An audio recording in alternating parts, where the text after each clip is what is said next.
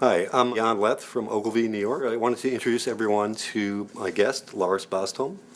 And we're very excited because Lars has decided to join us here at Ogilvy as the new Chief Creative Officer for Digital, Ogilvy North America. And just wanted to ask Lars a few questions and so you people can get to know him a little better. How are you? I'm good. How are you? Very good. I'm very excited, actually. Let me start maybe a little bit by giving a little background, Lars. You just spent the last 4 years at AKQA, right? And you started up the New York office from Yes, scratch. I did. And how big is that? How It's big? about 70 people or so at the moment. You did a great job. Thank you. Thank you. It's been fun. And Lars first caught my attention when you were in Framfab Yes. in Denmark. Some of the Nike work and Sprite work, I think. Yeah, we did some. And before that, Lars started his career at Grey in Copenhagen. So he's amazing meteoric career and now has landed at Ogilvy. Lars also just got finished judging the Effies. You were judging the brand experience? Right. It was the first time we were judging a new category for the Effies that I actually helped them conceive last year, because it wasn't a category that could sort of catch what we were referring to as the funny-looking children, that didn't really fit into any of the other established categories. So we came up with this category that was called brand experience, and we were actually sitting in Cindy Gallo's black apartment, if you're familiar with that, which is a very crazy and very much of a brand experience place itself. And it was kind of a good look into where advertising is going now and communication is going. And we started out the day by trying to define what's the difference between a brand experience and a branded experience. And I think we arrived at the conclusion that a brand experience is kind of, you take a quality inherent in the brand and amplify it, that becomes your communication. Whereas a branded experience is more of a sponsorship. You borrow feathers from some other entity in order to say something positive about the brand. I'm not allowed to divulge the winners yet, so Okay. I can't go into any detail. Were there some winners in the true brand experience? Yes, we did not give out a gold. I think I can say that, but we did give out 2 silvers for two things that were actually very cutting edge and very engaging. Now, you're also the chairman of the cyber jury in Cannes this year. I am, yes. Do you think there's going to be a trend for something new this year, or are you expecting anything? Yeah, I mean, I'm really looking forward actually to seeing a lot of the stuff coming out of Asia. I've been a huge fan of Uniqlo work ever since that launched, and they keep just getting better and better. Yeah. And a lot of the stuff you see coming out of Asia, particularly Japan and Korea, is so cutting edge in terms of what you can do with true broadband, I call it. So we don't really have true broadband in the US yet, to say the least. But once we get there, you can use video in so many different ways, and I'm always very, very intrigued to see what they're coming up with. I'm also hoping to see instances of social media used in more than just sort of small potatoes experiments as we've seen so far, where they've actually done true campaigns based around social media with actual returns. And of course, iPhone applications. I mean, I'm dying to see, because I think every agency in the world are building iPhone applications at the moment. So how many of them are good? Are any of them good? And will we all get inspired to come back and be even better at that next year? I know you love your iPhone.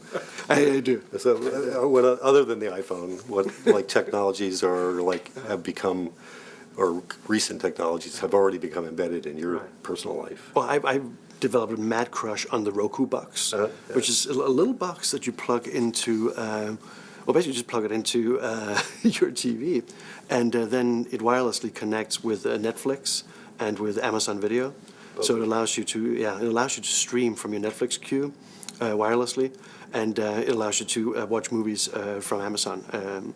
And I mean, now you have some 40,000 Netflix movies just sitting there waiting to get watched.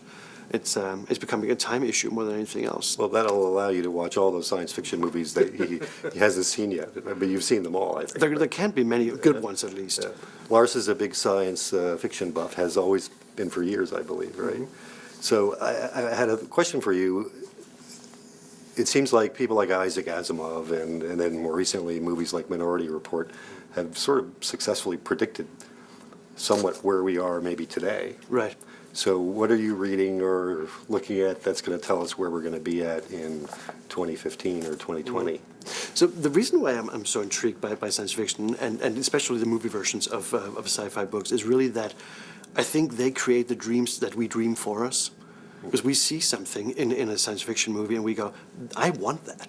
And then somewhere, somehow, an industrial designer is going to sit down and go, you know what, I've been wanting this since I was a kid, now I'm going to try and figure out how to actually build it.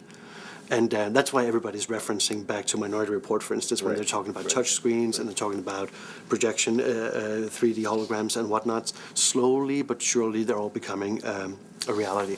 But it all starts with people sitting down and dreaming very deeply about what they want from the future. So now you're joining Ogilvy, and we're obviously thrilled about that. So what made you decide now to make that step?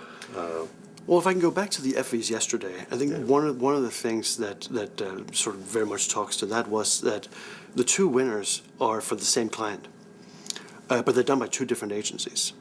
And one is in the physical space and one is in the digital space.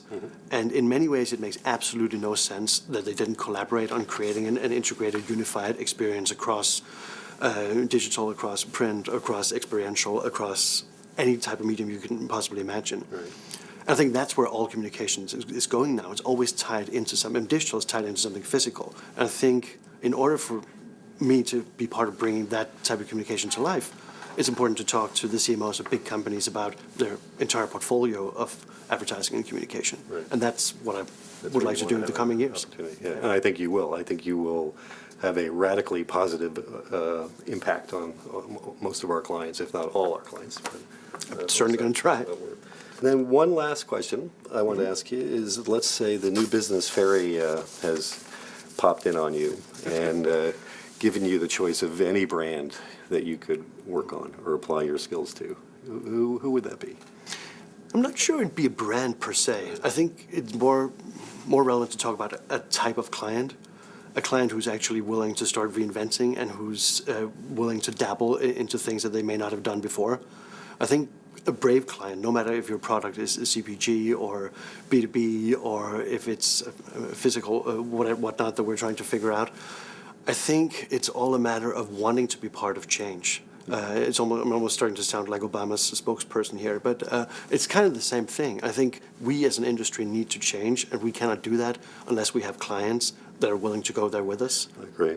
And so it's not really that. I do have a weakness, as you can tell from our conversations, for stuff like gadgets. Yeah. So electronics companies, I've always loved working for. Yeah. No herring company that we want to go after. We could talk about herring companies. I'm not sure there are herring companies per se, but maybe we should invent a strong herring brand. Yeah, it's a deal. I think we'll do that. Lars, thank you for coming. My Thanks for pleasure. joining Ogilvy, and pleasure. thank you for joining us.